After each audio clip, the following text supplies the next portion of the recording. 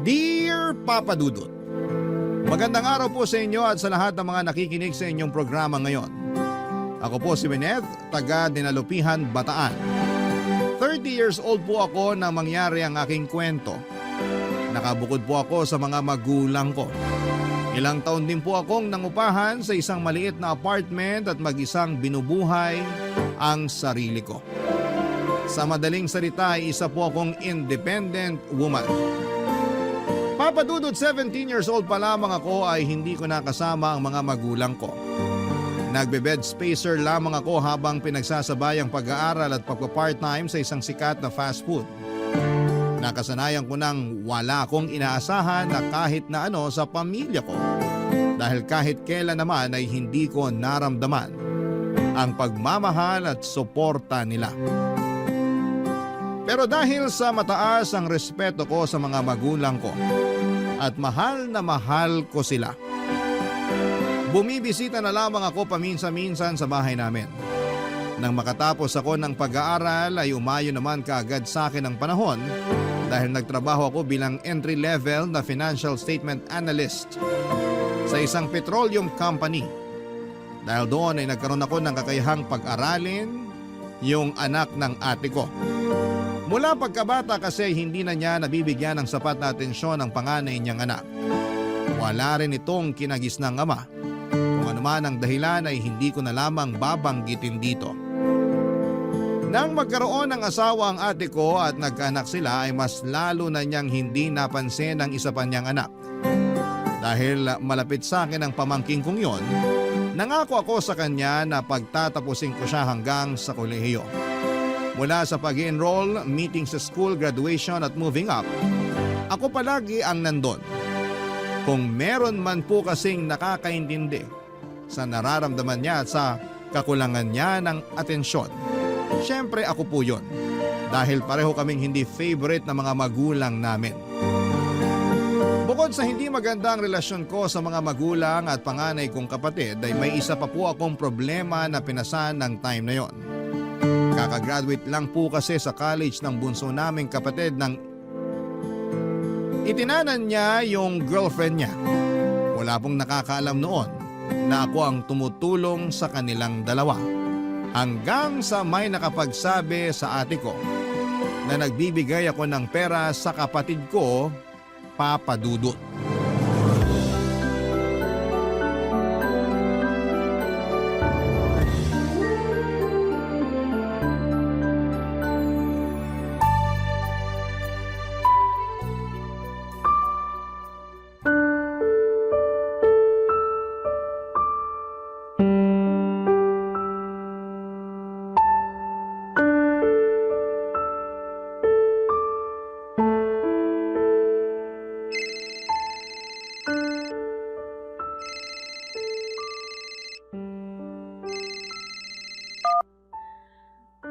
Ate, napatawag ka. Siguro naman alam mo na kung ba't ako tumawag sa'yo. Ano na naman ba to, ate? Kauwi ko lang galing trabaho. Eh ano ngayon kung kauuwi mo lang? Bakit hindi mo sinabi sa amin kung nasan yung magaling nating kapatid, ha? Pinuntahan na kami dito ng mga magulang ng girlfriend niya, hinahanap silang dalawa. Paano niyo naman nalaman na alam ko kung saan sila pumunta? Malamang tumawag mismo si Lola. Sinabi niya na hindi sila pwede magtagal doon. At ikaw naman babae ka, kinonsinti mo pa? Binigyan mo pa talaga ng pera? Ate, nangangailangan si Bunso. Alangan naman pabayaan ko na lang sila na magpalaboy-laboy ng walang kapera-pera. Eh di konsentidor ka nga. Ang sakin lang ate, may tamang paraan para ipaintindi sa kanila na mali yung ginawa nila. Anong paraan? Yung suportahan sila sa pagtatanan? Eh, hindi naman porke tinulungan ko sila, suportado ko na yung pagtatanan nila. Mali yung ginawa nila, alam ko yun. Pero hindi ko kayang pabayaan na lang yung dalawa. Hindi nyo ba naisip na mas makikinig sila sa atin kung hindi natin sila dadaanin sa paninindak? Yan! Nagmamagaling ka na naman! Bida-bida ka kasi! Kala mo, alam mo lahat! Kapatid pa rin natin yung pinag-uusapan dito, ate. Alam mo, hindi ko maintindihan kung bakit masyadong mainit yung dugo mo sa akin. Matagal na mainit yung dugo ko sa'yo. Sa tigas ng ulo mong yan, magtataka ka pa? Matigas yung ulo ko kasi never naman kayong nakinig sa akin. Kayo lagi yung tama. Hindi ko nga alam kung pamilya pa rin ba yung turing nyo sa akin eh. Kasi naaalala nyo lang naman ako sa ganitong pagkakataon. O kaya naman kapag may kailangan kayo. Aba, Hindi panunumbat yon, ate. Nire-real talk lang kita. Totoo naman, di ba? Galit na galit ka sa akin kahit wala naman akong ginagawang masama sa'yo. Gigil na gigil ka kapag nagkakamali ako. Pero kapag may ipapagawa kang paperwork sa akin, ang lambing-lambing mo. Tanggap ko na nga na yun lang ang silbi ko sa inyo eh. Pero sana naman, kung hindi niyo ako kayang isama sa pamilya ninyo, bigyan niyo na lang ako ng katahimikan. Huwag kang magdrama dyan. Dapat lang naman natulungan mo ako kasi ako yung nag-alaga sa iyo nung bata ka pa. Kung isusumbat mo yon, ate, bayad na ako. Matagal na. So ngayon pinamumukha mo naman sa akin na ikaw na yung bumubuhay sa anak ko. Wala akong sinasabing ganyan, ha? Kahit kailan hindi ko yun ipinagyabang sa'yo kasi bukal yung sa kalooban ko. Bukal yung pagtulong ko sa pamangkin ko. At para lang alam mo, ate, hindi ko yung ginagawa para sa'yo. Ginagawa ko yun para sa isang batang kulang na lang itakwil ng magulang. Kaya bago mo ako lecturean ng kung ano-ano, simulan mo muna sa pagiging ina mo sa anak mo. Naturingan ka pa namang teacher pero sarili mong anak, hindi mo pagmalasakitan. Bastos ka! Umuwi ka nga rito at maghaharap tayo? Wag na, ate. Wala akong panahon para sa gulong gusto mo. Kung nasaktan ka sa pag-real talk ko, ibig sabihin, totoo lahat ng mga sinabi ko. Makita lang talaga kitang babae, kakakalbuhin kita. Wag mong sabihin yan, ate. Gawin mo. Pero wag kang iiyak at magpapaawa kina mama kapag gumanti ako. Papa Dudut, batid ko na masyado na kaming matatanda para sa ganong away. Pero hindi ko talaga napipigilan ang sarili ko na managot kapag si ate yung nakakausap ko. Wala kaming naging pag-uusap na hindi niya ako sinusumbatan sa lahat ng nagawa niya para sa akin noong bata pa ako at paulit-ulit niya ring pinapaalala ang mga pagkakamaling matagal ko nang naitama. Mula kasi nang maglayas ako sa amin at mamuhay ng mag-isa, ay palaging isinisisi sa akin ni ate tuwing nagkakasakit sina mama at papa. Binigyan ko raw kasi ng sakit sa ulo kaya nagkakaganon. Pero kahit naman hindi nila ako kasama ay never ko silang kinalimutan. Kahit na anong okasyon, nagpapakita ako sa kanila at naglalaan ng oras para makasama sila. Pero kahit na ano namang gawin ko ay hindi pa rin yon sapat para kay Ate Cora. Hindi niya kasi nagugustuhan kapag naaagawan ko siya ng atensyon mula sa mga magulang namin. Yun nga lang ang hindi ko maintindihan sa kanya dahil may asawa naman siya at mga anak. Pero para siyang bata pagdating kina mama at papa. Yung tungkol naman po sa away namin ni Ate Cora, bata pa po ako nang magsimula yung galit niya sa akin. Noong ipinagbubuntis niya kasi ang panganay niya ay plano na sana niyang ipalaglag ang bata. May pinapuntang aborsyonista noon sa bahay namin pero hindi natuloy ang pagpapalaglag sa pamangkin ko nang nagsalita ako at sinabing iligal ang ginagawa nila.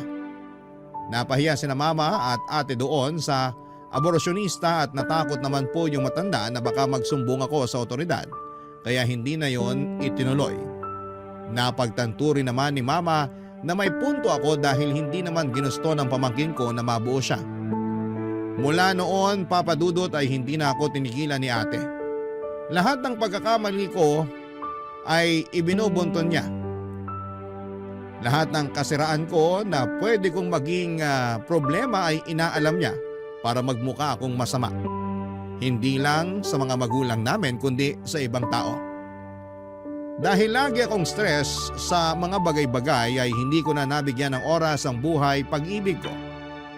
Hindi ko na nga alam kung paano pa makipag-date sa sobrang busy ko sa pagtatrabaho. Hanggang sa may makilala ako nang minsan akong manood ng liga, Papa Dudut.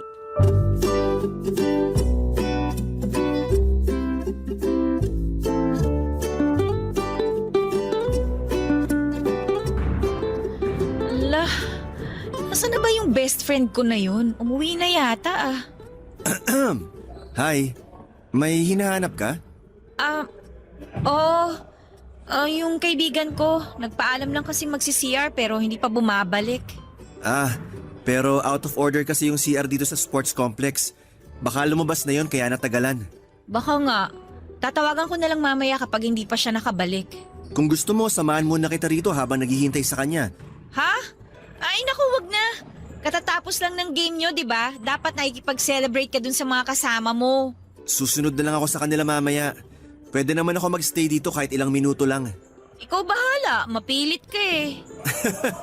Hindi ko kasi kayang sayangin tong chance na makausap yung kaisa-isang babaeng nakakuha ng atensyon ko sa dami ng tao rito. Bolero, iba na lang ang pormahan mo. Hindi ako pumapatol sa Playboy. Grabe naman to. Porket malakas lang yung loob, playboy na agad? Pamilyar kasi sa akin yung mga ganyang style mo eh. Bulok? Doon ka na nga. Pabalik na rin yung kaibigan ko. Bahala ka. Mabaho hininga mo kapag wala kang kausap dito. Kung bumaho man o mag-amoy bulok yung hininga ko, wala ka ng pakialam doon, no? Di ka pa siguro nagkaka-boyfriend, no? Grabing sungit mo eh. Ano naman kung hindi pa? Seryoso ba yan? Pakialam mo ba? Lumayo-layo ka nga. Nakakairita ka na eh. Sorry na. Gusto ko lang namang magpakilala sa'yo. Ako nga pala si Irvin. Pero pwede mo naman akong tawaging mahal o kaya baby para mas masarap pakinggan. Well, Mr. Pampam, hindi ako interesadong makilala ka. Kapag nakabalik na yung kaibigan ko, uuwi na ako at hindi na kita makikita ulit. Kung ganon, ayaw mo makipagkilala sa akin kasi posibleng hindi na tayo magkita paglabas natin dito? Ano? Hoy! Mali ka ng pagkakaintindi, no? Ikaw sana sinabi mo agad para nagkalinawan tayo na gusto mo akong makita ulit. Huwag ka nga feeling dyan! Kung ganon, bakit namumula yung magkabilang pisngi mo? Kilig ba yan o... Nahihiya ako kasi pinagtitinginan na tayo. Hindi naman sa pagyayabang pero marami na kasi akong fans dito. Marami nang nagkaka-crush sa akin. Kaya napapatingin talaga sila kapag dumadaan ako. At ngayong nilapitan kita, iisipin nila na espesyal ka sa akin. Espesyal? Mukha ba akong papatol sa kagaya mo? Sa labas ko na lang hihintayin yung kaibigan ko. Hindi na ako makakatagal pa ng ilan pang minuto dyan sa kakapalan ng mukha mo. Kanina, ginudge mo ako agad bilang isang playboy. Tapos ngayon, parang nilalait mo na ako. Mapanakit ka naman masyado, Miss Pretty. Winnet ang pangalan ko, hindi Miss Bakit ko pa sinabi? Nice meeting you, Winnet. Ano nga palang pangalan mo sa Facebook? Ba't ko naman sasabihin sa'yo? Ay, kung itrato mo naman ako, parang napakasama akong tao. Hinusgahan mo na nga ako agad kanina eh. Wala naman ako masamang intensyon. Gusto ko lang talaga magpakilala. O kung suswertehin, maging kaibigan ka. Tsaka hindi lang naman ako basta nagandahan sa'yo. Nung nakita kita, napangiti agad ako kasi ang gaan ng aura mo. Lalo na nung nakangiti ka after manalo ng team namin. Kanina mo pa ba ako pinagmamasdan? Paano kung oo? Then huwag ka mag-assume. Nakangiti lang ako kanina kasi ine-enjoy ko lang yung game. Kung ganon, salamat sa suporta. Kahit hindi mo kami kilala. Sige, balik na ako sa mga kasama ko. Teka sandali! Bakit? Sige, eto na. Type mo na lang dito yung pangalan mo sa Facebook. I-add na lang kita. Talaga? Oo, kulit mo eh. Papadudot, wala naman talaga sana akong balak na makipagkilala kay Irvin ang araw na yon. Pero noong hindi na siya nangulit at nakita ko kung paano siya nagseryoso, feeling ko ay may something na nagtulak sa akin na mas kilalanin ko pa siya. Well, hindi naman masama kasi after ko siyang i-add sa Facebook ay madalas na kaming magka-chat at magka-video call. Hanggang sa ayain na niya akong lumabas, Papadudot. Doon ko nalaman na graduate pala siya ng architecture at passer na rin siya ng licensure exam. Pero hindi muna siya nagtrabaho. Gusto niya raw kasing mag-enjoy muna ng walang iniisip na stress sa buhay bago magseryoso sa career niya. Naintindihan ko naman ang punto niya dahil nakwento niya na tutok talaga siya sa pag-aaral noon. Nagtapos ba naman with Latin Honors? Nung tinanong ko siya kung saan siya kumukuha ng panggastos, nabanggit niya na galing yon sa paglalaro at mga racket na hindi na niya sinasabi kung ano. Basta ang alam ko noon ay base sa mga kwento niya, may kaya naman ang mga magulang niya, kaya siya nakapagtapos ng pag-aaral sa pribadong university. Pero nilinaw niya sa akin na hindi na siya humihingi ng pera sa mga magulang niya ng time na yon, Papadudot. Aaminin ko na medyo na turn off ako sa pagiging jobless nitong si Irvin. Pero mukhang masaya naman siya sa pagbabasketball kaya binura ko na yung mga negatibong pumasok sa isipan ko. Isa pa ay hindi pa naman kami para magbigay ako ng opinyon tungkol sa magiging future niya, Papa Dudut. Ang kaso habang tumatagal, lumalalim na rin ang nararamdaman ko para kay Ervin, Papa Dudut. Barangay Love Stories. Barangay Love Stories. Papa Dudut, dahil ilang beses na kaming nag-date, mas nakilala ko pa noon sa Ervin. Malambing siya at maasikaso at sobrang attentive niya tuwing magkasama kami. Kahit yung simpleng pagbubukas lamang ng tumbler, paghila ng upuan, pag-alalay sa akin tuwing tumatayo ako ay na-appreciate ko lahat ng yon. At ang pinaka nagustuhan ko sa lahat ay yung sense of humor niya. Palagi niya ako napapatawa at napapangiti kahit na minsan ay sobrang stress ako sa trabaho. Hindi nagtagal ay naging kami na rin ni Ervin, Papa Dudut. Hindi ko na inisip na wala pa siyang trabaho at wala pa siyang malinaw na plano para sa future niya. Kahit malabo pa ang lahat ay sumugal ako. Aaminin ko na nabulag ako ng pagmamahal ko sa kanya. Siguro nalunod lang din ako noon sa atensyon at pagmamalasakit na ipinaparamdam niya kasi yon pa lang ang unang beses na naranasan ko na may isang tao na ganon ka-concern sa akin. Isa pa sa mga nagustuhan ko sa kanya ay marunong siyang mag-set ng boundaries. Kapag oras ko nakasama ang mga kaibigan ko ay hindi siya nakikigulo at hindi nagde-demand ng oras. Ganon din kapag umuwi ako sa mga magulang ko. After 4 months ay nagulat na lamang ako noong magpaalam siya sa akin kung pwedeng magsama na kami sa apartment ko. Tinanong ko siya kung bakit, pero ang sagot niya lang ay gusto niyang mas madalas pa kaming magkasama kaya naman pinagbigyan ko siya. Wala naman ako naging problema dahil marunong siyang maglinis, magluto, as in lahat ng hindi ko na nagagawa sa pagiging busy ko ay siya na ang sumalo. Kaya naman hindi ko na rin inisip noon na hindi na siya nagbibigay ng share sa renta at sa mga bills namin, Papa Dudut.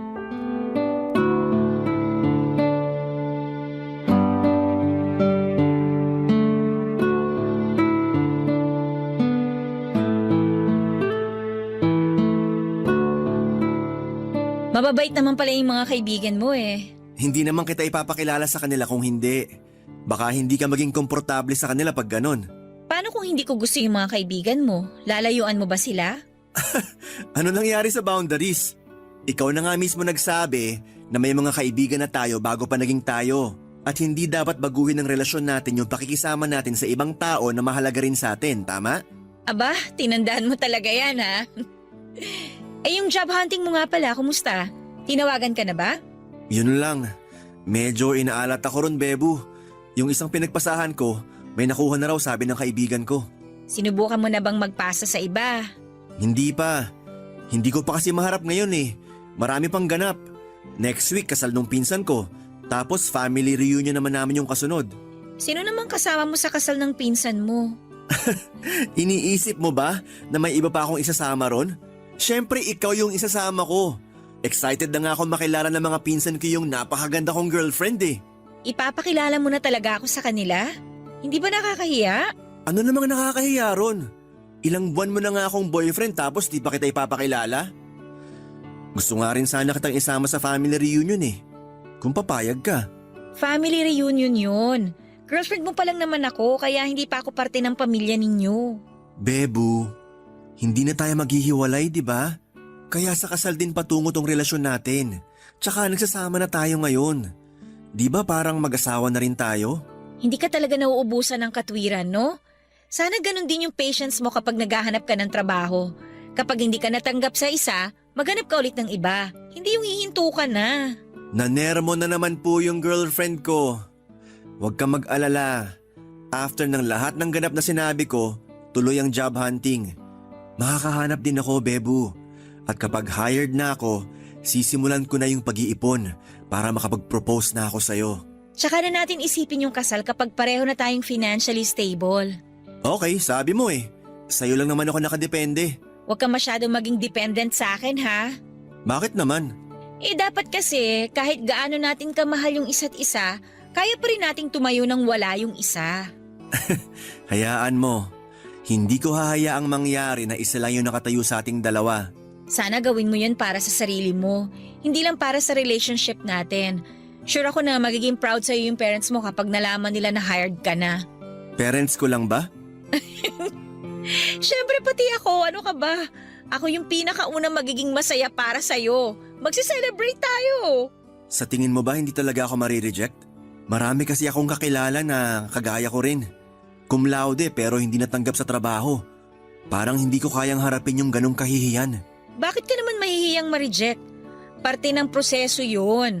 Pero hindi naman ibig sabihin na kapag rejected ka, hindi ka nakarapat dapat maging architect. Kapag nalaman niyo ni Dad, iisipin niya malaking disappointment ako. Marami na siyang hinawakan na malalaking project. Samantalang ako, entry level pa nga lang yung papasukin, mukhang malabo pa. Magiging kahihiyan lang ako ng tatay ko. Di kagaya sa basketball. Mahirap pero parang hindi ko nararamdaman yon kasi gusto ko yung ginagawa ko. Wala namang masama na i-push mo yung passion mo eh. Pero hindi rin naman masama kung magiging risk taker ka sa isang bagay na pinaghirapan mo ng ilang taon. Sabihin na nating mas malaki yung chance na maging stable ka kapag pinush mo yung career mo sa architecture. Kapag okay ka na, di tsaka mo i-push yung passion mo. Paano kung ikaw na lang yung piliin ko? Di galingan mo muna ron sa dalawa. Papadudot, ramdam ko naman na mahal ako ni Irvin. Wala akong duda doon. Loyal din siya at hindi siya kagaya ng ibang lalaki na mahilig mang chicks. Palagi niya akong ina-update tuwing may lakad siya kasama ang mga kaibigan niya. Kaya naman hindi ako noon nag-aalala sa kahit na ano. Hanggang sa dumating na nga po kami sa punto na gusto ko nang makilala ni Irvin ang mga magulang ko. Wala namang sanang kaso yon dahil matanda na rin naman ako para sa ganong mga bagay. Hindi na ako parang teenager na pagbabawalan pa na mag-boyfriend. Ang kaso, hindi ko alam kung paano siya ihaharap kina mama at papa, lalo na kay Ate Cora na masyadong mapanghusga. Baka kapag nalaman nila na wala pang trabaho ang boyfriend ko ay maliitin siya ng sobra at ayokong mangyari yon. Kaya ang nangyari ay palagi ako nagpapalusot o di kaya ay iniiba ang usapan tuwing nababanggit ni Irvin ang tungkol doon. Itinago ko muna sa pamilya ko ang pakikipagrelasyon ko kay Irvin. Pero oras na malaman nila ng maaga ang tungkol doon, ay ipapakilala ko rin naman siya kaagad. Ang problema kahit na anong pagtatago sa relasyon namin ang gawin ko, nakarating pa rin po ito sa kontrabida kong kapatid, Papa Dudut.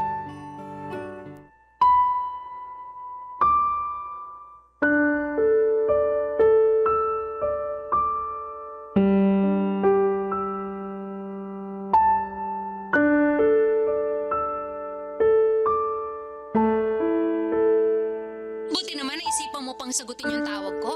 Kanina pa ako tawag ng tawag pero hindi mo sinasagot. Ate, paano kita sasagutin? Oras ng trabaho ko. Oras ng trabaho o nakikipaglandian ka lang? Ate, please lang. Huwag mo akong simulan. O bakit? Totoo naman sinasabi ko ah. Hindi ka na nakakaisip na umuwi kasi masaya ka nang nakikipag-live-in dun sa boyfriend mong basketball player. Paano mo naman nalaman yung tungkol sa boyfriend ko? May nakapagsabi sa akin. Nakita raw kayo magkasama. May source naman pala. May sinasabi ka? Wala. Ang sabi ko, sino ba yung source mo? Kasi ang lawak naman yata ng nasasagap niya. Hindi na importante kung sino. Ang punto rito, yung pagtatago mo sa amin ng boyfriend mo. Ano yun, nahihiya kang ipakilala siya sa amin? Huwag kang mag-alala, sanay na kami ma-disappoint sa'yo. Paano naman naging disappointment yung pagkakaroon ko ng boyfriend? Ate, nasa tamang edad na ako. Pwede na nga ako mag-asawa kung tutuusin eh. Talaga? Mag-aasawa ka ng isang lalaking walang ibang kayang gawin kundi mag-shoot ng bola? Ate, please, huwag mo namang insultuhin ng ganyan yung boyfriend ko. Naghahanap naman siya ng trabaho eh. Hindi magtatagal, matatanggap na rin siya. O, edi inamin mo rin na wala ngang trabaho yung boyfriend mo? Kundi ka rin naman isa't kalahating tanga. Kinasama mo pa dyan sa apartment na tinitirahan mo ngayon. Hindi na ako magugulat kung ikaw yung nagbabayad ng bills at nagpapalamon sa kanya. Alam mo ate, kung ibang tao ka lang siguro, iisipin ko na nagmamalasakit ka sa akin eh. Kaso kilala na kita eh. Hindi mo ako pagsasabihan ng ganyan para sa ikabubuti ko. Sinasabi mo yan kasi nakahanap ka na naman ng pagkakamaling magagamit mo para ipahiya ako kina mama at papa. Huwag kang umangal kasi nakakaya ka naman talaga. Naglayas ka. Pinabayaan mo sina mama at papa na maiwan sa bahay. Si Bunso na nga lang yung nakakasama nila, sinuportahan mo pa sa pagtatanan. O ngayon, sabihin mo ko ano ba yung maganda mong nagawa. Wag na! Kahit ano namang sabihin ko, kayang-kaya mo pa rin gawing mali. Napaka-perfect mo kasi. Sa bagay, teacher ka nga naman pala. Nagtuturo ka ng kabutihang asal, kaya kagalang-galang ka sa paningin ng mga tao sa paligid mo.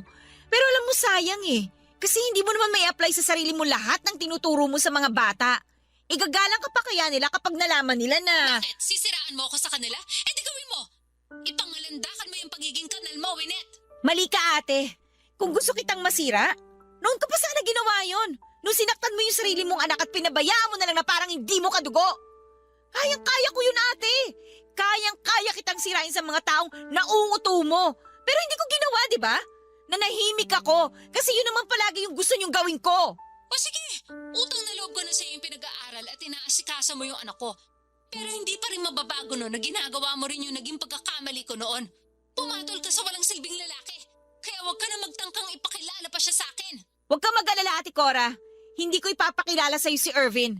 Hindi naman niya kailangan ng validation mula sa isang taong bulok yung pagkatao. Papadudot nasaktan ako ng sobra sa mga sinabi ni Ate Cora tungkol kay Irvin. Pero hindi ko pinagsisihan na ipinagtanggol ko ang boyfriend ko sa ate ko. Sa simula pa lang ay masyado ko nang nararamdaman na nahuhusgahan niya. Nasanay kasi siya na siya lang yung may magandang imahe sa aming magkakapatid. Kaya para sa kanya ay wala siyang ginawang mali. Nakuha ko rin naman ang punto ni Ate Cora sa pagpapakasal sa isang lalaking walang trabaho. Pero alam ko rin noon na mas mahalaga kay ate ang sasabihin ng ibang tao. Iniisip niya na magdadala lamang ako ng kahihiyan sa pamilya namin lalo na kapag nabuntis ako ni Irvin. Dahil doon, kinausap ko ulit si Irvin at kinumbinsing ituloy na ang paghahanap niya ng trabaho. Ang kaso mas inuna pa niya ang pagdayo sa kung saan-saan para makapaglaro. Madalas yung nagiging dahilan ng pagtatampo ko sa kanya pero tuwing nangyayari yon ay susuyuin niya lamang ako. Babawi siya at okay na ulit kami. Paulit-ulit lamang na ganoon pero hindi pa rin siya nag-aasikaso papadudot. Naniwala pa rin siya na may mararating siya sa paglalaro niya ng basketball. Gusto ko sana siyang suportahan na lamang at hayaang gawin ang gusto niya. Pero hindi ko alam kung hanggang kailan pa niya gagawin yon. Papadudot, hindi ko na po alam kung maiisip pa ba niya na magplano para sa future namin. Kaya nung wala akong makitang improvement mula kay Irvin, ay naisip ko na sukuan na lamang siya, papadudot. Barangay Love Stories. Barangay Love Stories. Papadudot nang hindi pa rin makahanap ng trabaho si Irvin ay handa na sana akong makipag-break sa kanya. Ginawa ko naman ang lahat para unawain at tulungan siya. Pero mas nakafocus lang talaga siya sa panandali ang bagay ng mga oras na yon. Pero tuwing naiisip ko na hiwalayan na siya ay mabilis na nagbabago ang isipan ko at mas nahihirapan akong magdesisyon. Tuwing ipinaparamdam sa akin ni Irvin ang pagiging malambing at maasikaso niya.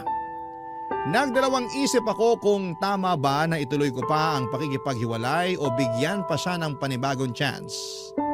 Naawa rin kasi ako sa sitwasyon niya noon. Kung papaalisin ko siya sa apartment, siguradong makikitira siya sa mga kaibigan niya.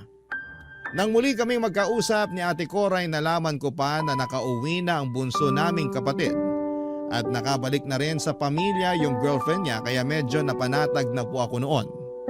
Pero habang magkausap kami ng ate ko, naka-loudspeaker ang phone ko at nabanggit na naman niya yung tungkol kay Irvin. Tinanong niya kung naghiwalay na ba kami. Gaya po nung unay, nauwi na naman kami sa pagtatalo. Pero sa pagkakataong yon ay hindi ko na nagawang ipagtanggol pa ang boyfriend ko. Hindi ko na rin kasi alam kung paano pa ang gagawin ko. Pero ang hindi ko alam noon ay narinig pala ni Irvin ang naging pagtatalo namin ni Ate Cora.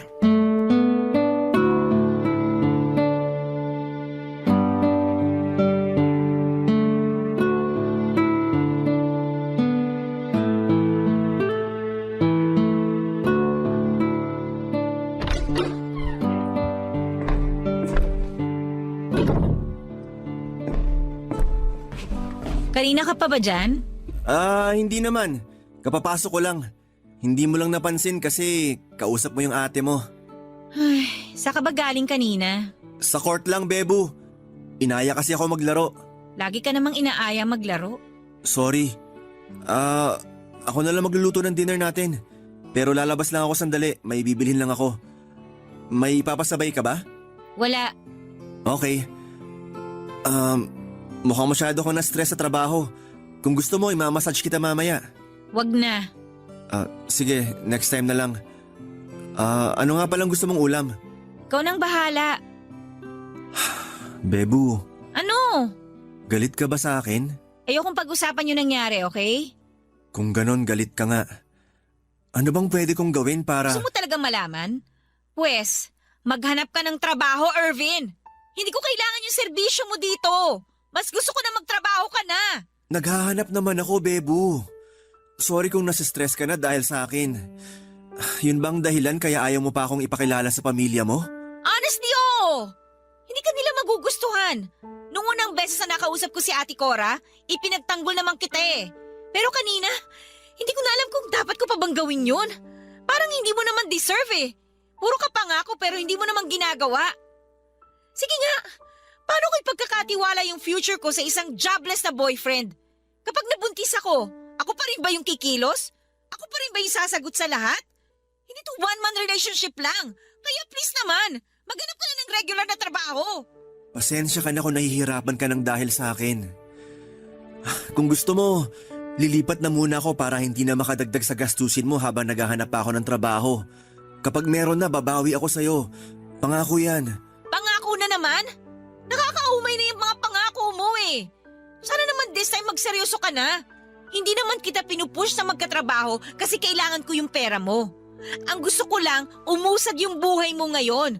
Yung stability, di ba? Pag meron ka nun, hindi ka basta-basta mamaliitin ng ibang tao. Tsaka tong relationship natin, hindi lang tayo dapat nakafocus sa kilig at tsaka dun sa saya. Dapat kaya rin natin backupan yung isa't isa kahit anong mangyari. Naiintindihan mo ba yon, Irvin? Naiintindihan ko. Aayusin ko na yung mga gamit ko bukas para makalipat na ako. Buti naman. Okay ka lang ba dito kahit wala ka ng kasama? Kinaya ko na mag-isa sa loob ng ilang taon. Kaya bakit hindi? Pero pwede bang ipagluto pa rin kita ngayon? Hayaan mong pagsilbihan kita kahit ngayong gabi na lang. Wala na akong ganang kumain. Sige, lalabas na lang muna ako. Magdala ka ng susi. Ilalak ko yung pinto mamaya. Dala ko naman palagi. Huwag ka na sana magpuyat para makapagpahinga ka ng maayos. Tutuloy na ako. Sige na. Bebu, O bakit na naman? mahal na mahal kita. Sana hindi ka mapagod sa akin. Kala ko ba paalis ka na? Eto na nga, aalis na. Hinintay ko lang naman na sagutin mo yung sinabi ko. Pagod na ako, Irvin. Gusto ko na magpahinga kaya kung may pupuntahan ka, umalis ka na lang. Bahala ka na kung anong oras mo gustong bumalik. Papadudot ako ang nakapagbitiw ng masasakit na salita kay Irvin noon. Pero parang mas nasaktan pa ako sa naging reaksyon niya. Hindi niya sinabayan ang init ng ulo ko at wala akong narinig na kahit na anong makakasakit sa damdamin ko. Umalis lang talaga siya ng gabing yon ng tahimik. Hindi ko na nga alam kung anong oras siya nakabalik pero paggising ko kinabukasan ay wala na ang mga gamit niya sa kwarto. Pagbukas ko ng phone ko, saka ko lang nabasa ang sunod-sunod na mga messages niya. Kahit umalis na noon sa Irvin ay itinuloy ko pa rin ang pakikipaghiwalay sa kanya, Papa Dudut. Inisip ko kasi noon na baka mas makapag-focus siya sa career niya kapag wala na kaming dalawa. Nakadepende na lamang sa kanya kung paano niya aayusin ang buhay niya. Ang kaso ay hindi siya pumayag na mag-break kami. Nagmakaawa siya na kung pwede ay mag-cool off na lamang muna kami. Pero noong nalaman ko na patuloy pa rin siya sa paglalaro ay nag-assume ako na wala pa rin siyang trabaho kaya nakipag-break na ako sa kanya.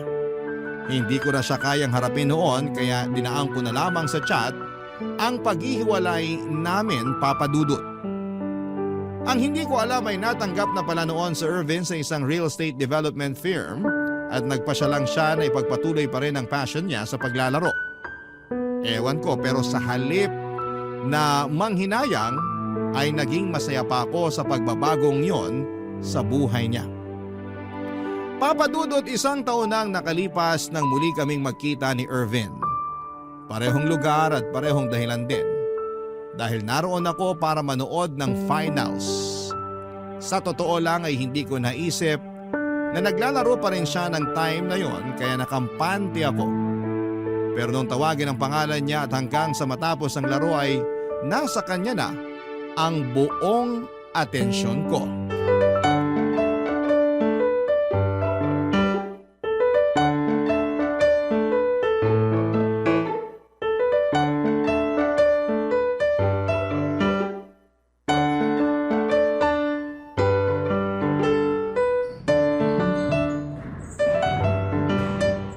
Kakainis.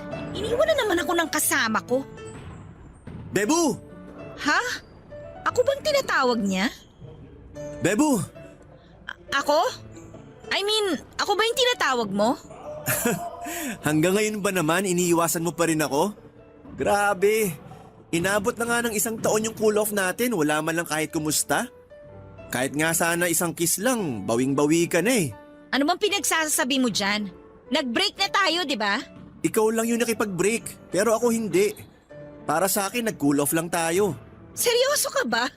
Cool off? Ng 1 taon? Wala pa bang nakakagawa nun? Ang tibay pala natin. Hanggang ngayon pala, isip bata ka pa rin. Ako, isip bata? Aba, parang hindi yata ako papayag na sasabihan mo pa rin ako ng ganyan. Gusto mo bang patunayan ko? Tara sa unit ko. Hindi ako nakikipagbiruan sa'yo, Irvin, ha? Sungit talaga. Hindi mo ba naaalala? Ganito rin tayo nung una tayo nagkakilala. Sinungitan mo rin ako. Hanggang ngayon ba naman na girlfriend na kita? Hindi mo na ako girlfriend. Bakit? May boyfriend ka na ba? Wala. Nagpaligaw ka ba pagkatapos mo makipaghiwalay sa akin? Hindi. Buti naman. Kundi, magsiselos ako. Ang feeling mo talaga, no? Sabing hindi na nga kita boyfriend eh. Okay. Alam mo ba, nung nakita kitang pumapasok dito kanina, parang sasabog yung puso ko sa sobrang saya. Gustong-gusto nga kitang lapitan eh. Tapos sugurin ng yakap, kaso magsisimula na yung game. Ngayon ko sana gagawin pero hindi na pala pwede. Ano ba tong trip mo, Irvin? Bakit mo ba sinasabi yan? Di ba dapat matagal mo nang tanggap na wala na tayo? Mahal pa rin kita, Bebu. Kahit napakiramdam ko, hindi mo na ako kayang tanggapin. Bakit hindi ka nalang manligaw ng iba? Sa tagal nating di nagkita, imposibleng wala kang ibang dinate kahit isa. Wala talaga. Nagtiis na lang muna ako hanggat hindi ka pa pwede. At bakit mo naman naisip na magiging pwede pa ako? Hindi ko alam. Hindi talaga ako sigurado kung papansinin mo pa ako. Pero iniisip ko na lang noon na kung magkita ulit tayo at sabihin mo sa akin ng harapan na hindi mo na ako mahal, tsaka pa lang ako maghahanap ng iba. Tsaka pa lang ako mag-move on sa'yo. Pwes, hindi ka pa pwede mag-move on. Bakit? Ayaw mo na nga sa akin, di ba? Huwag kang madamot. Dami kayo nagkakagusto sa... Aray, ikaw ah! Ang sakit-sakit na nga ng puso ko. Namimisikal ka pa. Foul yan. Kasi ang yabang mo pa rin eh. Nakakainis ka. Uy, nakakarami ka na. Isang hampas mo pa. Hahalikan na kita. Oh, bakit bigla kang tumahimik? Huwag mo sabihing tumitiklop ka na sa akin. Uuwi na ako. Bahala ka na dyan. Maghanap ka ng kausap mo. Ayoko ng kausap. Ang gusto kong hanapin, yung pakakasalan ko. Hindi ako magpapakasal sa'yo. Yabang-yabang mo kaya. Sorry na, Bebo. Nagbibiro lang naman ako. Bebo mo yung mukha mo. Puntahan kita mamaya sa unit mo. Tapos date tayo. May lakad ako mamaya. Eh di bukas. Pahinga ko yon. Eh di pagluluto na lang kita. Pwede rin ako maglinis ng buong kwarto mo tsaka maglaba. Ayoko! Huwag kang ano dyan. Kapag hindi ka pumayag, sisigaw ako ngayon dito at sasabihin kong sinagot mo na ako. Ano? Sira ka ba? Ano, magdesisyon ka na, Bebo. Meron ka na lang 10 seconds. Subukan mo. 10, 9. Oo na, sige na. Pumunta ka mamaya. Sige, dapat pagdating ko, nakahubad ka na. Aray, grabe ka talaga. Hanggang ngayon, alala mo pa rin mangurot. Parang bumaon yung kuko mo sa tagiliran ko. Ang sakit. Gusto mo dagdagan ko pa yan eh. Papadudot nung araw ding yon ay nagkabalikan na kami ni Irvin. Sa kulit ba naman ng lalaking yon, kahit yata 1,000 beses ko siyang tanggihan, ay hindi pa rin niya ako titigilan. Naniwala naman ako na seryoso na siya noong nag-propose na siya sa akin. Ipinakilala ko na siya sa pamilya ko pero sina mama, papa, bunsong kapatid at yung pamangking ko lang ang humarap kay Irvin. Si Ate Cora naman hanggang sa oras na yon ay bitter pa rin sa akin. Hindi raw niya suportado ang plano kong mag-asawa na kaya ayaw niya kaming harapin. Personal namang hiningi ng boyfriend ko ang blessing ng mga magulang ko para sa pagpapakasal namin. Laking pasasalamat ko na lamang po noon na kahit na hindi kami masyadong okay ng mga magulang ay pinayagan naman nila kaming magpakasal. Sa ngayon, Papadudot ay 2 taon na kaming kasal ni Irvin at may isa na kaming anak. Sobrang saya pala sa pakiramdam na finally ay meron ka ng karamay sa lahat ng bagay. Hindi lang naman kasi gastusin ang inaalala kapag may pamilya ka na. May mga problema pa rin na walang kinalaman sa pera. Pero kahit kailan, mula nung magpakasal kami, ay hindi ko naramdaman na mag-isa lamang ako. Iba yung security na naibibigay sa akin ni Irvin at ganon din naman ako sa kanya. Kaya hindi namin pinagsisisihan na pinili namin ang isa't isa. Tungkol naman po sa pamangking ko ay kaunting panahon na lamang ay makakatapos na siya sa kolehiyo. Sa amin na rin siya nakatira para mas magabayan ko siya ng mabuti. Hindi man ako ang tunay niyang ina, Papadudot, ay sinisigurado ko naman na hindi niya mararamdaman na may kulang sa kanya sa pagmamahal man. Dear Papadudot, magandang araw po sa inyo. Ako po si Ryan, 32 years old na sa ngayon. Taga-Albay po ako pero mula po noong mag-college ay sa Mandaluyong City na ako tumira. At ang dahilan ay ikukwento ko po sa inyo. Nag-iisang anak lamang po ako at lumaki ako sa Albay kasama ng tatay ko. Nagtanan lang din po sila noon ng nanay ko kaya malayo kami sa mga kamag-anak namin. Ang problema po ay 3 taon pa lamang ako ay iniwan na ako ni nanay sa kanya. Hindi namin alam kung saan ito pumunta. Basta ang alam ni tatay, iniwan kami nito dahil sa kahirapan. Pero kahit mag-isa na lamang na tumatayong magulang ay itinaguyod ni tatay ang pag-aaral ko. Papadudot dahil 3 taon pa lamang ako nang iwan ni nanay ay halos hindi ko na po siya matandaan. Tanging pangalan niya lamang ang alam ko. Tuwing tinatanong ko naman si tatay kung nasaan siya ay palagi nitong iniiba ang usapan at paulit-ulit lang na sinasabing hindi na namin dapat iniisip yung taong nang iwan sa amin para sa makasariling dahilan. Kaya naman wala po talagang ideya noon ang pagkatao ko tungkol kay nanay. Kahit itsura niya ay hindi ko na rin po alam. Wala kahit isang letrato niya sa bahay namin, Papadudot.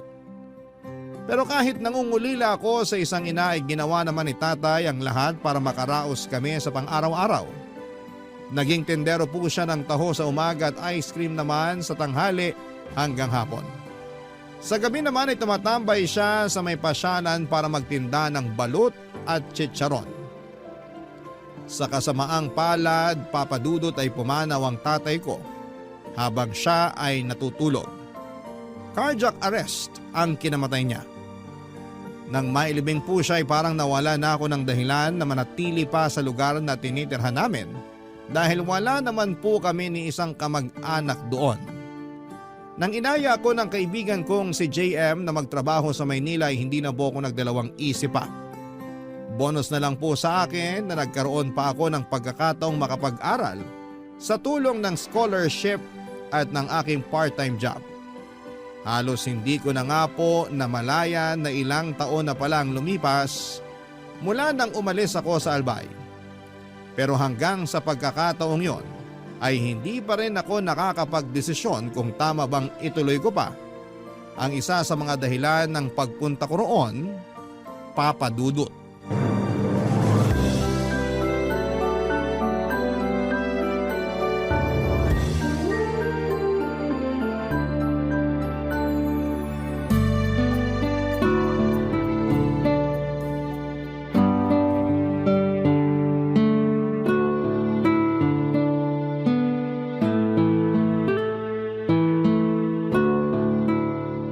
Tol, ayos ka lang? Kanina ka pa nakatulala dyan ah. May iniisip lang, tol. Ilang taon na pala tayo rito, no? Oo, ilang taon na rin. Bakit? May naisip ka pa bang gawin? Ang totoo, may hindi ako sinabi nung sumama ako sa'yo papunta rito. Ano naman yun? Huwag mo sabihing may anak kang naiwan sa Albay ah. Yari ka talaga pag nagkataon. Loko, ako nga yung anak na iniwan eh. Oo nga pala. Pero maiba ako. Wala ka pa bang balita sa nanay mo? Hindi man lang siya nagpakita kahit nung burol ng tatay mo ah. Paano naman siya magpapakita? Wala na siyang pakialam sa amin. Baka nga hindi man lang niya nabalitaan na wala na si tatay eh. Pero alam mo ba kung nasan siya? Oo, tol. Alam ko na kung saan siya nakatira. At yun yung sinasabi kong isa sa mga dahilan kaya sumama ako sa'yo. May nahanap kasi akong picture ni nanay sa mga gamit ni tatay. Sinubukan kong isearch sa Facebook. Tapos ayun, nalaman ko na nandito siya sa Mandaluyong. Talaga? Nandito rin siya? Minessage mo na ba? Hindi pa. Sa bagay. Kung ako nasa katayuan mo, hindi ko rin alam kung ano sasabihin ko sa kanya eh. Pero kailangan ko pa rin siyang kausapin. Gusto ko malaman yung dahilan kung bakit niya kami iniwan. Paano tol kung may iba na siyang pamilya tapos ayaw ka na niya makilala? Wala na akong magagawa kung ganun. Pero gusto ko pa rin subukan. Lalo na ngayon. Kailangan ko ng suporta para makapag-focus sa pag-aaral. Graduating na ako kaya mas mahirap to ngayon para sa akin. Pero kakayanin mo pa rin naman kung sakaling hindi ka niya tulungan, di ba? Oo, kaya ko naman. Ay, ewan ko ba tol? Hindi ko maintindihan kung bakit gusto ko pa rin siyang makita at makasama kahit malaki yung naging pagkukulang niya sa akin. Hindi kita masisisi. Siyempre wala na tatay mo. Nanay mo na lang yung natitirang magulang mo. Inad ko na nga siya sa Facebook eh. Kapag inaccept niya friend request ko, sign ko na yun para ituloy yung plano ko. Pero kapag hindi, isa lang ibig sabihin nun. Siguro naman mapapaisip siya kapag nakita niya yung pangalan ko. May punto ka naman dyan kasi pwede kanyang kalimutan bilang anak. Pero malabong makalimutan niya na naging anak ka niya. Baka nga siya pa nagpangalan sa'yo eh. Tol, inaccept niya ako. Talaga? Patingin nga. Oo nga no. I-message mo na kaya.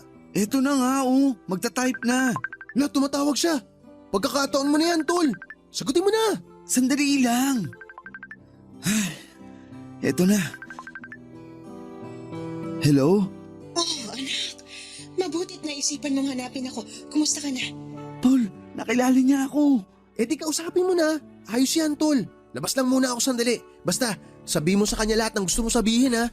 Sige na, kausapin mo na nanay mo.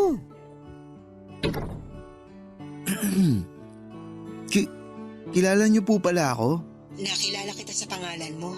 Hindi na kasi kita mamukhaan eh. Ang laki na lang pinagbago ng itsura mo, anak. Teka, nasan ka ba ngayon?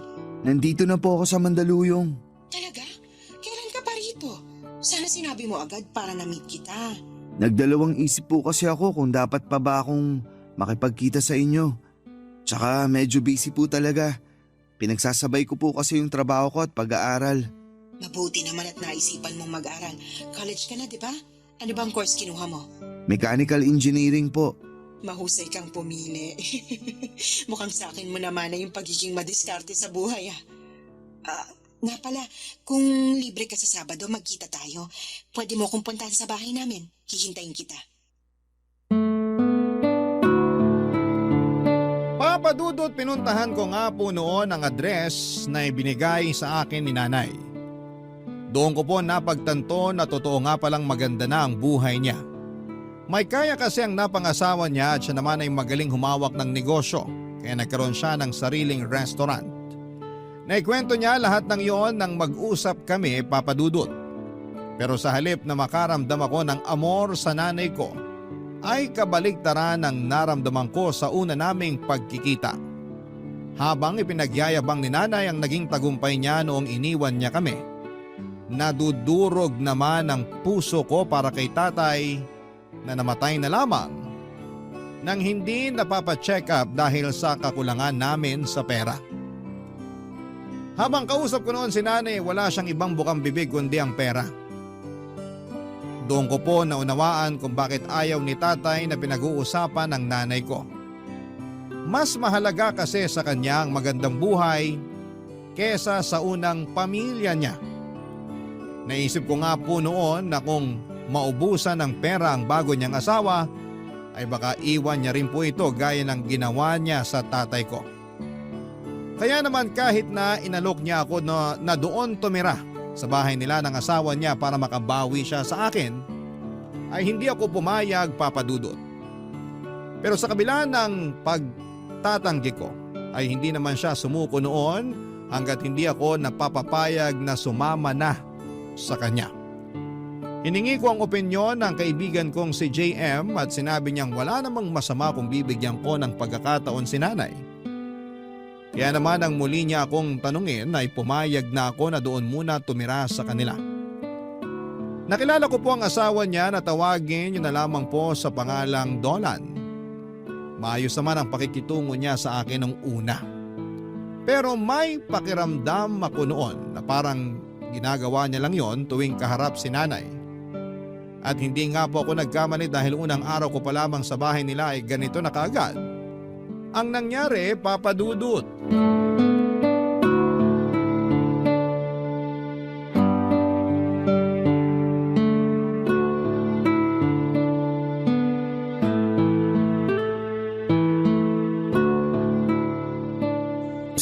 Ryan, halika nga rito. Bakit po, Tito? Tito? Sir ang dapat mong itawag sa akin. Hindi naman kita kaano-ano. Nga pala, may papagawa ko sa'yo para naman hindi sayang yung oras mo dito sa bahay. Ano po ba yun? Linisin mo yung kotse ko. Dapat wala na akong makikita kahit konting dumi pag tinignan ko mamaya. Gagamitin ko yun bukas. Kompleto naman kami sa gamit. Oh, ingatan mo yung mga yun ha. Ayoko ng ignoranting nakakasira ng mga gamit dito. Hindi po ako ignorante, sir. Ano kasi tingin mo? Di ba't galing ka lang naman sa probinsya? Baka puro bundok at mga damo lang nakikita mo ron. Iba yung buhay rito. Marami na po ako naging trabaho. Total, hindi nyo naman po ako tinatanong, edi sasabihin ko na lang. Nagtrabaho po ako dati sa car wash, kaya hindi po ako ignorante gaya ng iniisip nyo. Aba, ayos ka pala eh. Mukhang marami kang kayang gawin. Sige, galingan mo mag-car wash. Malay mo, yun na rin maging trabaho mo habang buhay. Akala ko pa naman mabait kayo. Wala rin naman pala kayong pinagkaiba sa mga matapobreng may kaya dyan sa tabi-tabi. Nakaangat lang kayo ng konti, nang mamaliit na agad kayo ng iba. Hoy, ayus-ayusin mo yung pakikipag-usap mo sa akin ha. Baka nakakalimutan mo. Dito ka nakatira sa pamamahay ko. Pwedeng-pwede kitang palayasin kung gugustuhin ko. Klaro? Kung meron man pong klaro sa akin, yung may karapatan din po ako manatili dito hanggat hindi ako pinapaalis ng nanay ko. Kasal po kayo, hindi ba? Conjugal property niyo po tong bahay kasi wala naman kayong pinirmang prenuptial agreement. Kaya kung gusto niyo akong palayasin dito, siguraduhin niyo rin pong gusto yun ng nanay ko. Napakayabang mo ah. Anong akala mo? Mas magaling ka pa sa akin? Kayo po may sabi niyan, hindi ako. Sira ulo ka! Baka gusto mo makatikim Kapag ng... sinaktan niyo po ako, pwede ko rin po kayong kasuhan. Kaya bago po kayo gumawa ng kahit ano, pag-isipan niyo po muna. Sige na po. Sisimulan ko na yung paglilinis ng kotse nyo. May malamig na tubig po sa loob. Magpalamig muna kayo. Wisit kang bata ka? Hindi na po ako bata, sir. 23 na po ako. Hindi ka talaga nahuubusan ng sagot ano? Isa na lang at tatamaan ka na sa akin. Tatahimik lang po ako kapag hindi ko na kailangang depensahan yung sarili ko. Hindi naman po kasi ako pumayag sa alok ng nanay ko na tumira dito para maging alipin nyo eh. Gusto niyang bumawi sa akin at hindi kayo nakakatulong sa kanya kung ganyan nyo ako itatrato. Kayo rin po, baka iwalayin kayo ni nanay kapag… Maglinis ka na ng kotse ron. Dami mo pang satsat. Ano bang nangyayari sa inyong dalawa? Kaya aga-aga ang iinit ang ulo nyo. Mas mabuti kung yung asawa nyo na lang po tatanungin nyo, Nay. Pinaglilinis pa kasi ako ng kotse niya. Maiwan ko na po kayong dalawa. Anak, sandali. Hindi mo naman kailangan gawin yan. May tagalinis kami ng kotse rito. Mas mabuti na rin po na may ginagawa ako rito para natutumbasan ko yung pagtira ko dito sa bahay nyo. Ay, pasensya na po, Nay, pero dediretsahin ko na po kayo. Ayokong dumating yung araw na susumbatan nyo ako sa mga naitulong nyo sa akin. Kaya hanggat may paraan para ibalik ko yun, gagawin ko po. Papadudot, hindi nagawang makapagsalita noon ng nanay ko matapos kong sabihin sa kanya ang saloobin ko sa pagtira sa bahay nila. Nakiusap naman siya na kung maaari pagpasensyahan ko na lamang muna ang asawa niya. Wala naman akong magawa dahil kailangan ko talagang makisama, Papadudot.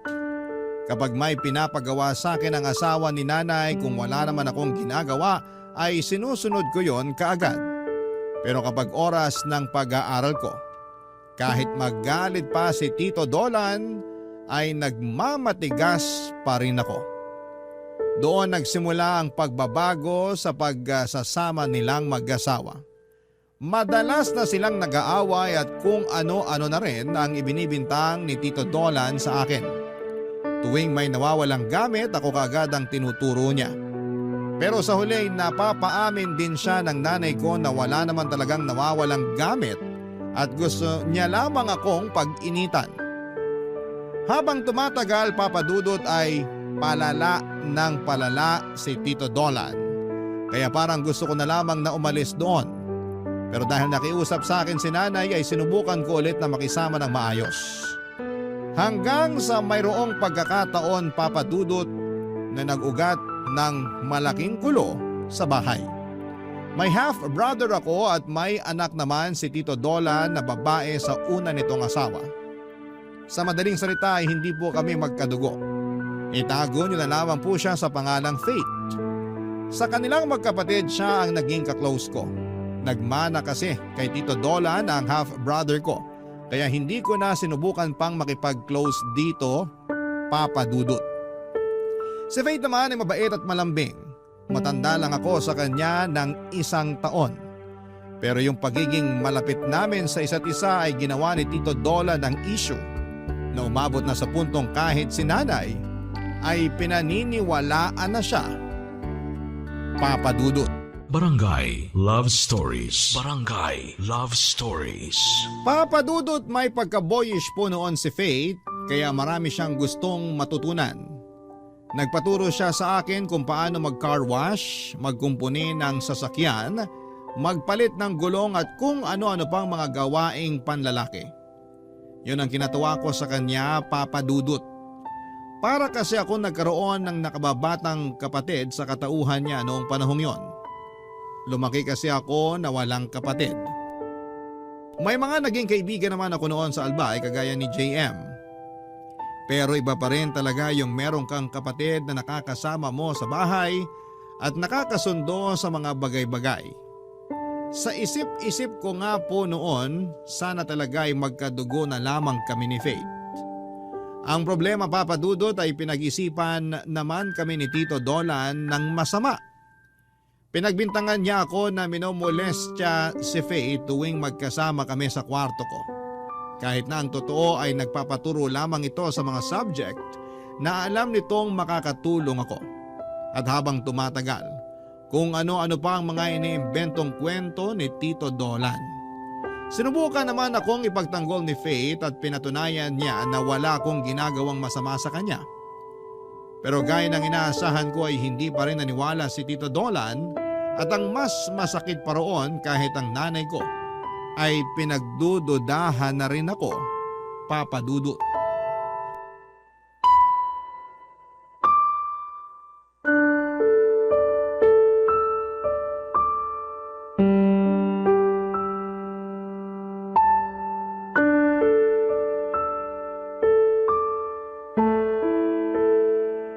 Nakakawalang ganang kumain. Han, please. Nasa harap tayo ng pagkain. Bakit ba kasi kailangan pang sumabay sa atin yung anak mo? Sumabay po ako sa inyo kasi sinabihan ako ni nanay. Kung ayaw niyo po, pwede namang mamaya na lang ako kumain. Anak, hindi. Diyan ka lang. Hindi ikaw yung gusto kong makasabay kumain, kundi yung mga anak ko. Nasaan ba yung mga batang yun? Nagpaalam yung bunso natin na malilate ng uwi. Si Faith naman, nandun pa rin sa kwarto niya. Ayaw sumabay sa ating kumain. Paano sasabay? Nandito yung anak mong manyak. Dahan-dahan po kayo sa ibinibintang nyo. Wala po akong ginagawang masama sa anak nyo, sir. Walang ginagawang masama? Palagi kang naroon sa kwarto niya? May matinubang lalaki na gagawa nun sa anak ko? Hindi naman po problema yung pagpunta ko sa kwarto niya. Ang problema po yung marumi yung utak. Ryan, ano ba? Huwag mong pinagsasalitaan ng ganyan si Dolan. Nay, nagpapaturo lang si Faith sa akin. Kaya ako siya sinasamahan sa kwarto niya. Wala kaming ibang ginagawa dun. Hayaan niyo po, sa susunod, sa labas na kami para kitang-kita nyo. At kung hindi pa kayo mapalagay, maglagay kayo ng CCTV para meron kayong ebidensya. Yan kasi ang hirap sa mga kagaya mong naghihikahos sa buhay. Masyadong mapagsamantala. Mawalang galang na po Pero kahit lumaki ako sa hirap, marunong akong rumespeto ng tao. At alam ko po kung ano yung tama at mali. Kung mapagsamantala po ako, matagal ko na sanang hinanap si nanay para humingi ng pera. Ikaw, Nay, baka nakakalimutan nyo na po na kaya lang naman ako nandito kasi pinilit nyo akong dito na tumira. Kung ipinagmamalaki mo yung boarding house nyo, di bumalik ka na ron. Huwag mo nang ipagsiksikan yung sarili mo rito. Baka kapag hindi na ako nakapagtimpi sa'yo sa kulungan yung bagsak mo. Sa anong kaso po? May ebidensya po ba kayo kung sakali? Kayang-kaya kong gumawa ng ebidensya kung gugustuhin ko. Di lumabas din yung sakit yung mga mapepera. Akala nyo kaya nyo nang gawin lahat dahil sa perang meron kayo. Marami nga pong mabibili yung pera nyo. Pero yung respeto at dignidad, wala po yun sa listahan nyo. Anak, tama na. Nababastos mo na si Dolan. Ako po, Nay, hindi po ba ako nabastos sa mga binibintang niya sa akin? Sa pagtrato pa nga lang niya sa akin, mas matindi pa sa nabastos yung naranasan ko Insulto na po yun sa pagkatao ko. Tapos sasabihin nyo, tama na? Kayo po yung tama na. Aalis na po ako rito. Saan ka naman pupunta? Babalik ka dun sa malas squatter na tinitirhan nyo? Yung malas squatter na tirahang sinasabi nyo, mas malinis pa kaysa sa pagkatao nyo. Pasensya na po pero hindi ko na kayo kayang tagalan dito. Bagay nga kayo. Parehong-pareho kayo ng ugali. At hindi na rin ako magtataka kung bakit hindi na naghabol pa sa inyo si tatay. Kasi siya may dignidad. Kayo nabulag na ng pera. Pabayaan mo siya, Emilia. Hayaan mong patunayan niya yung kayabangan niya. Hindi naman nagtatagumpay yung mga taong ganyan mag-isip. Mas bagay po sa inyo yung sinasabi nyo. Kasi kahit mapuno pa ng pera tong bahay nyo, hindi pa rin kayo matatawag na successful. Para lang po yun sa mga taong may mabubuting puso.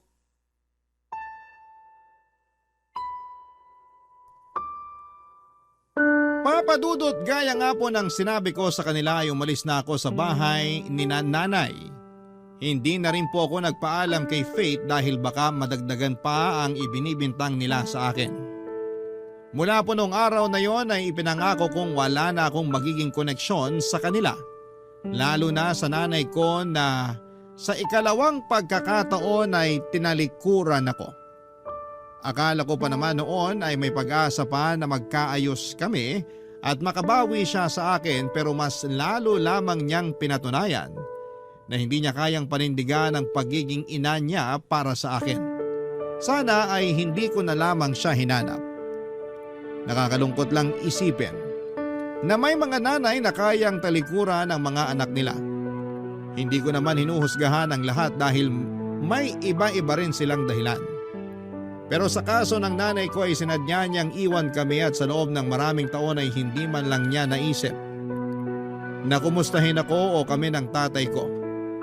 Naalala ko po tuloy yung sabi ng teacher ko noong high school. Yung mga nanay daw ay parang payong sa gitna ng malakas na ulan. Hindi man niya kayang pigilan yung lakas ng ulan ay gagawin naman niya ang lahat para hindi ka mabasa. Ganon naman daw ang mga magulang. Poprotektahan ka sa abot ng makakaya nila. Pero para sa akin si tatay lang ang nakagawa noon. Hindi lang siya naging ama sa akin kundi siya rin ang tumayong nanay ko sa loob ng maraming taon. Tungkol naman po kay Faith noong hindi na ako nagpaalam sa kanya sa pag-alis ko sa bahay nila. Hindi ko po inaasahan na hanapin niya ako noon. Nagulat na lamang po ako noong dumating siya sa boarding house na tinutuluyan namin ni JM. Nakipagkumustahan lang naman siya at tinanong kung bakit ako umalis. Nalulungkot daw siya na wala na siyang kuya sa bahay nila. Ipinaliwanag ko naman sa kanya ang sitwasyon at naintindihan naman niya yon, Papa Dudut.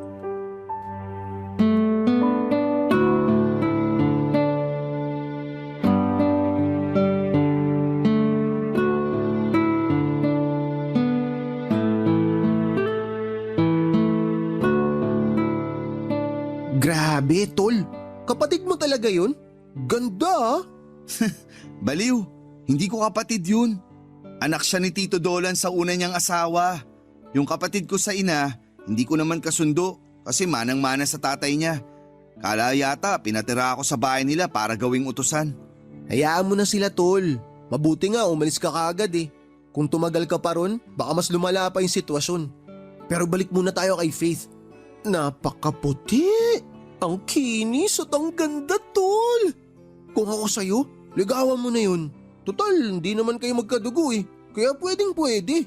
Uy, tigil-tigilan mo na nga yung kakapantasya kay Faith. Babae gusto nun. Talaga? Babae rin? Sayang naman. Magagamit pa naman sana kita para mapalapit sa kanya. Bakit? Sigurado ka bang magpapagamit ako para mapormahan mo si Faith? Baka nga ako pa yung unang tumutol sa inyo kung sakali. Alam mo, bad trip ka rin maging tropa eh, no? Wala ka man lang kasupo-suporta. Mahirap maging jowa yun. Mapanghusga yung tatay. Di ka uubra dun. Baka kapag umakyat ka ng ligaw, gawin ka lang utusan. Marami pang ibang babae dyan, yung hindi komplikadong ligawan. Aba, baka hindi mo pa nakikita kung paano dumiskarte tong macho dancer mong kaibigan. Isang giling ko lang kay Faith, tol. Baka hindi na siya umuwi sa kanila. Uy, di uubra kalaswaan mo ron. Baka bigla kang mapadasal kapag nag-share ng Bible verse yun sa'yo. Seryoso? Ganun siya karelihiyosa? Oo, kaya nga naiiba siya sa pamilya nila eh. Siya lang yung mabait. Grabe, ideal girl ko pa naman yung ganun. Kahit hindi mapera, basta ganun kaganda tsaka ganun kabait, laban. Pag pinagbigyan ako manligaw nun, wala nang date-date. Yayayain ko na agad ng kasal. Loko, wag ka nang umasa kay Faith. Maghanap ka na lang ng ibang liligawan. Yung nanay mo, kumusta naman kayo? Kala ko itatanong mo kung pwede yung nanay ko eh. Mas lalong hindi pwede yun. Saka hindi ko pa rin siya kinakausap. Nag-chat siya sa akin. Tumatawag din nung nakaraan pero hindi ko na pinapansin. Alam ko naman na ipapamukha niya lang sa akin na mali ako ng desisyon na umalis sa bahay nila. Hindi mo na ba talaga siya kayang kausapin? Malay mo, magsusorry lang pala. Si nanay, magsusorry? Yung maigit isang dekada nga na nawala siya, hindi man lang ako nakarinig ng sorry anak. Sinabi niya lang na babawi siya, tapos hindi pa niya napanindigan. Anong klaseng pagbawi yun? Dinagdagan pa nga niya yung sama ng loob ko sa kanya eh. Ay, napakadrama ng buhay mo, tol. Alam mo kung anong maganda? Isat natin yan mamaya. Hindi pwede, may klase ako bukas. Ito naman minsan lang eh. Sa susunod na lang tol. Hindi talaga pwede. Malapit na yung finals namin. Konting tiis na lang. Gagraduate na ako. Kaya hindi ako pwedeng pumalpak ngayon. Alam mo naman na yun na lang inaasahan kong makakatulong sa akin para matupad ko yung pangarap kong makapagtrabaho abroad. Wow! Ngayon pa lang, tol. Nakikita ko na. Magiging mechanical engineer ka sa ibang bansa. Pero teka, final na ba yun? Hindi na ba magbabago isip mo na pagiging engineer talaga gusto mo? Oo, wala nang makakapagpabago ng isip ko. Pangarap namin ni tatay yun eh. Pero tol, sakali lang naman na hindi ka kagad makapagtrabaho. Pwede kita ipasok doon sa amin para maging dancer. Salamat na lang, tol. Papadudot na gawa ko pong pagsabayin ang pagtatrabaho at pag-aaral ko noon. Nagawa ko makapagtapos sa kolehiyo nang walang hinihingi kahit isang sentimo sa nanay ko. Nung hindi ko pa rin sinasagot ang tawag niya ay tumigil na rin siya sa pagme-message sa akin. Sa isip-isip ko naman noon ay mas mabuti na rin na malayo kami ni nanay sa isa't isa para wala ng gulo. Gaya ng inaasahan ko ay hindi sumipot sa graduation ko si nanay. Sa bagay, hindi ko rin naman siya in-invite. Hindi ko rin naman sigurado kung alam niya na gagraduate na ako, pero hindi na rin talaga ako umasa pa. Sigurado naman ako noon na hindi siya mag-aaksaya ng panahon para alamin kung ano ang mga nangyayari sa akin. Mag-isa lamang akong umakyat sa stage pero dala ko ang picture ni tatay. Gusto ko kasing isipin na kasama ko pa rin siya habang nagaganap yung katuparan ng isa sa mga pangarap naming dalawa. Yung kaibigan ko naman pong si JM ay siyang naging photographer ko noong araw na yon. Isang linggo makalipas ang graduation namin ay bigla na lamang sumulpot sa boarding house ang nanay ko. Ngunit ang ipinagtataka ko ay may mga pasasya sa mukha niya at maliliit na sugat sa braso. Hindi ko napigilang maawa sa kanya ng mga sandaling yon, Papa Dudut. Kaya sa halip na pairaling ko ang galit ko sa kanya, ay nagpa siya akong tulungan si nanay matapos kong malaman na binubugbog pala siya ng kanyang asawa ng mga panahong yon. Barangay Love Stories. Barangay Love Stories. Papadudot ilang araw ding nanatili sa boarding house namin si nanay. Natatakot daw siyang bumalik sa bahay nila dahil baka mapatay na siya ni Tito Dolan. Tinanong ko siya kung ano ang dahilan ng pananakit nito sa kanya pero ayaw niyang sabihin yon sa akin. Wala naman akong ibang maisip na dahilan noon kundi ang selos o may kinalaman sa perang naging away nila. Pero kahit mas pinili ni nanay na maglihim sa akin ay hinayaan ko pa rin siyang manatili muna sa amin. Sa ilang araw na magkasama kami ng nanay ko ay doon ko lang po naramdaman na may nanay pa pala ko. Habang nagpapagaling siya ng mga sugat niya, inaasikaso niya rin ako at ang mga gamit ko sa boarding house. Aaminin ko na isa yon sa mga kahinaan ko, Papa Dudut. Gustong gusto ko kasi yung pakiramdam na may nag-aasikaso sa akin. Dahil na rin siguro sa nasanay na ako sa pagiging independent, kaya bago para sa akin ang mga ganong klase ng pakiramdam. Habang magkasama po kami ni nanay, ay hindi ko inaasahan na doon ko maririnig ang paghingi niya ng tawad sa pang-iiwan niya sa amin ni tatay noon. Umiyak siya at pinagsisihan niya lahat ng nagawa niya. Hindi ko alam kung ano ang magiging reaksyon ko noon kaya nakinig na lamang ako sa mga sinabi niya ng mga sandaling yon, Papa Dudut.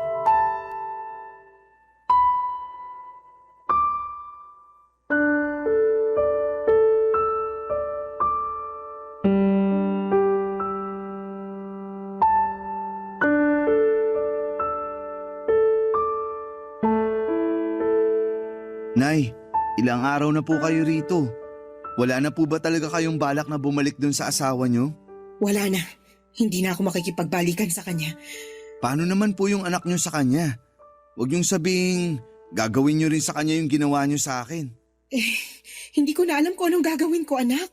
Nay naman para namang hindi na kayo natuto niyan. Natatakot ako kay Dolan. Baka mas malala pa yung gawin niya sa akin kapag nag-away kami ulit. Bakit hindi nyo na lang po siya idemanda para hindi na maulit yung pananakit niya sa inyo? Hindi pwede, nak. Kawawa naman yung kapatid mo kapag nakulong yung tatay nila. Kaya ayos lang sa'yo nasaktan ka ng asawa mo? Nay naman, baka hindi lang isang beses nangyari yan sa inyo. Hindi mo ako maiintindihan kahit sabihin ko sa iyo ang dahilan. Paano ko nga po kayo maiintindihan kung ayaw nyo namang sabihin? Nay, kung pera lang naman po yung dahilan, di ba may naipon na po kayo? Saka may sarili naman po kayong negosyo. Paano po yun kung magtatago ka lang dito? May namamahala naman doon kaya makakapag-operate sila kahit wala ako. Pero Nay, hindi po magpapatuloy yung buhay niyo kung magtatagulan kayo kay Tito Dolan. Kailangan niyo po siyang harapin. Nandyan na yata yung kaibigan mo, anak. Ha? Hindi naman siya kumakatok pag umuwi. May sarili siyang susi nitong kwarto. Eh sino yun? Titingnan ko po. Baka landlady namin. O sige.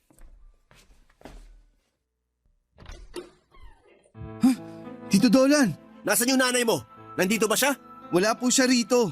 Tsaka bakit naman siya pupunta dito hindi na nga kami nag-uusap. Huwag mo akong niloloko, bata. Alam ko nandito siya. Sinabi ko na nga pong wala. Ilalabas mo siya? O babasagin ko yung bungo mo? Kayang-kaya kitang patayin dito kung gugustuhin ko. Grave threat po yan. Baka gusto niyo ring humimas ng rehas. Ilabas mo si Emilia! Dolan! Lalabas ka rin pala eh. Halika rito. Umuwi na tayo. Ano ba? Huwag niyo hablutin yung braso ni nanay. Nakakasakit na kayo eh. Talagang masasaktan siya sa akin. Lalo na ngayon na dito pa siya pumunta sa'yo. Alam ko na sinaktan niyo si nanay kaya umalis siya sa bahay niyo. Tapos ngayon, ang lakas pa ng loob niyong kunin siya rito. Hindi niyo siya pwedeng isama. Hindi ikaw yung masusunod dito. Tumabi ka dyan! Sasama na ako! Anak, hayaan mo na akong sumama sa kanya. Sige na. Pero Nay, sasaktan lang kayo ulit ng lalaking yan. Huwag nang matigas ang ulo mo! Sasama na ako sa asawa ko. Huwag ka na makialam, bata. Kami mag-asawa yung mag-uusap. Kaya kung ayaw mo masaktan, huwag mo nang pigilan yung nanay mo. Huwag kang umasa na magbabago pa yung isip niya ng dahil sa'yo. Hindi ka kasing importante gaya ng iniisip mo. Makinig ka na lang sa Tito Dolan mo. Huwag mo na akong pigilan. Mag-uusap din naman kaming dalawa eh. Yan kasi hirap sa inyo, Nay. Kahit alam niyo ng mali, gagawin niyo pa rin. Alam mo ikaw, may atraso ka pa sa akin eh. Akala mo ba hindi ko malalaman na pinapunta mo rito si Faith? Talagang hindi ka makatiis, ano? Anak, anong sinasabi ng Tito Dolan mo? Si Faith yung kusang pumunta rito. Hindi ko nga alam kung paano niya nalaman yung address nitong boarding house. Pero kung iniisip niyo na may ginawa akong masama sa kanya, nagkakamali kayo. Kaya huwag niyo nang gamitin sa akin yung anak niyo para magmukha na naman ako masama. Papa Dudut, hindi na nakipagtalo sa akin si Tito Dolan. Hindi na rin ako nakialam sa kanila gaya ng gusto nilang mangyari. Sino ba naman ako para pakinggan ang nanay ko? Ilang beses na niyang pinatunayan na mas mahalaga sa kanya yung bago niyang pamilya. Lalo na yung asawa niyang napaka-matapobre. Ang ipinagtataka ko lang po noon kahit na may pera naman si nanay, mas pinili niyang manatili sa boarding house namin. Pero matapos ang eksenang nangyari noong sunduin siya ni Tito Dolan, parang nakalimutan na niya yung naging bonding naming dalawa at kung gaano ko kagusto na makasama siya. Bago sila umalis noon ay ipinamukha sa akin ni Tito Dolan na walang mangyayari sa buhay ni nanay kung hindi dahil sa pera nito. Kaya naisip ko na kaya hindi magawang kumalas ni nanay sa lalaking yon ay dahil sa utang na loob at takot na bawiin ang lahat ng ibinigay nito sa kanya. Kahit paano naman ay naiintindihan ko ang nanay ko, Papa Dudut. Pero malaking pagkakamali ang desisyon niyang makipagbalikan pa sa asawa niyang kayang-kaya siyang saktan at manipulahin. Mula nang bumalik si nanay kay Tito Dolan ay nawala na kami ulit ng komunikasyon. Pero si Faith madalas siyang nagkukwento ng mga nangyayari sa bahay nila. Sa kanya ko nalaman na ako pala ang dahilan ng pananakit ni Tito Dolan sa nanay ko. Nang malaman daw kasi ni Tito na pumunta sa boarding house si Faith, susugurin sana ako nito para saktan at ipakulong. Pero nagaway sila ni nanay. Doon ko po nalaman na ipinagtanggol pala ako ng nanay ko. Dahil sa nalaman ko mula kay Faith ay sinubukan kong kontakin si nanay para makapag-usap kami. Naglakas loob po akong pumunta sa bahay nila at ganito po ang nangyari.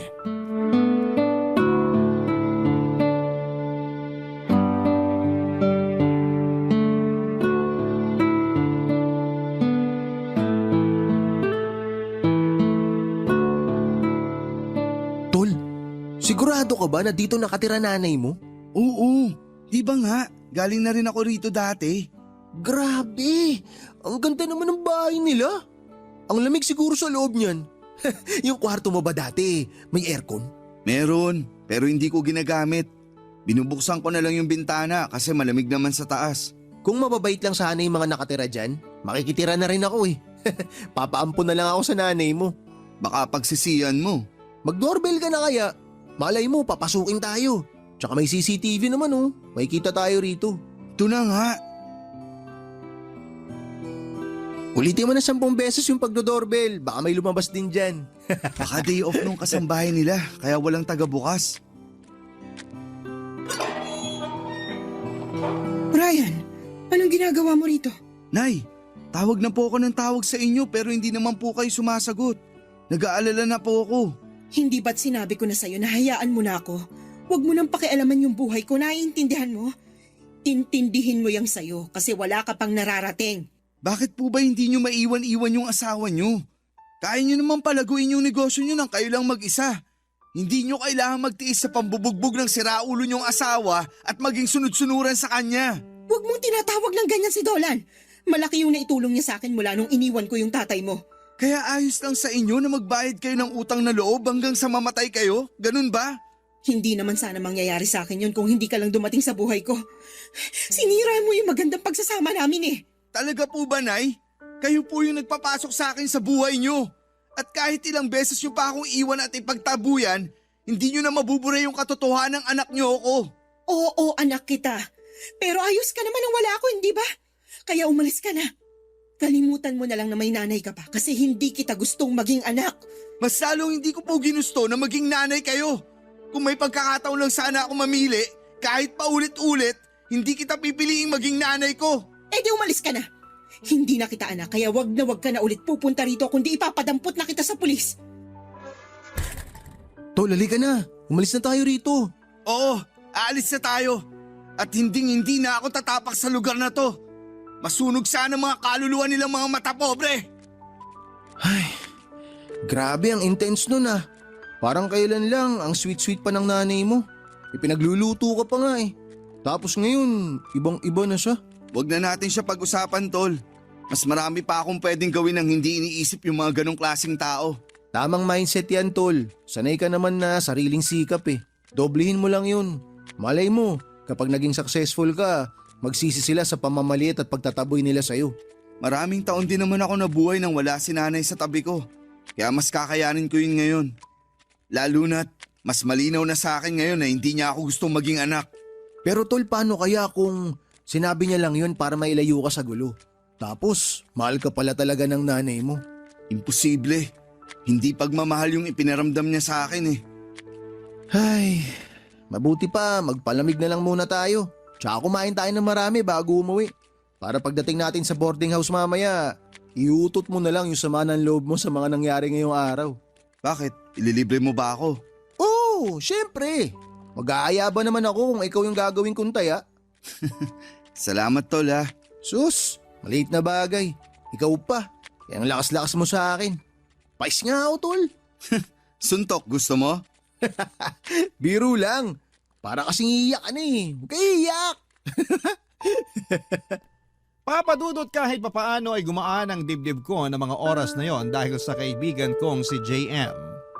Hindi man siya yung kaibigang magaling magpayo ay lagi naman siyang naroon tuwing kailangan ko ng makakasama at makakausap.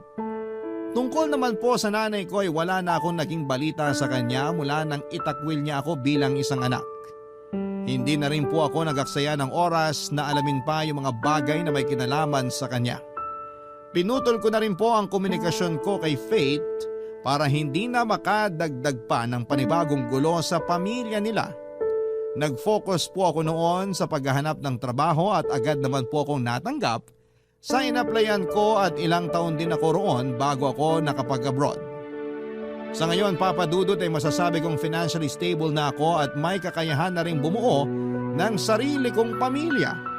Ang kaso ay ayoko madaliin yon para hindi ako mauwi sa mga maling desisyon sa buhay. Nang makauwi po ako dito sa Pilipinas ay pinasimulan ko na rin po ang sarili kong bahay para hindi ko na kailangang mangupahan pa. Si JM nga po pala ay nasa Japan na sa ngayon. Factory worker siya roon at malaki na rin ang kanyang naiipon. Hindi na niya kailangang mag-macho dancer kapag naisipan niyang umuwi at mag-for good na rin dito sa Pilipinas. Sa lahat ng mga nangyari sa buhay ko, lalo na sa amin ng nanay ko ay natutunan kong umusad sa buhay habang unti-unti akong nagpapatawad. Habang tumatagal naman kasi ay humuhupa na rin yung galit ko, kaya masasabi ko po na nakalaya na ako sa bigat na naranasan ko noon. Pero aaminin ko, tuwing nakakakita ako ng payong ay naaalala ko pa rin ang nanay ko. Naisip ko yung pagprotekta niya sa akin kay Tito Dolan. Napagtanto ko na kahit papaano naman pala ay may nagawa rin siya para sa akin. Kaya naman may parte pa rin sa puso ko na umaasang darating din yung araw na magkikita kami ulit nang wala ng galit sa isa't isa. Hanggang dito na lamang po, Papa Dudut, at maraming salamat po sa inyong lahat na bumubuo ng Barangay LS na naghahatid po ng inspirasyon sa amin na inyong mga tagapakinig. More power sa inyong istasyon. Ang inyo pong forever kapuso at ka-barangay, Ryan.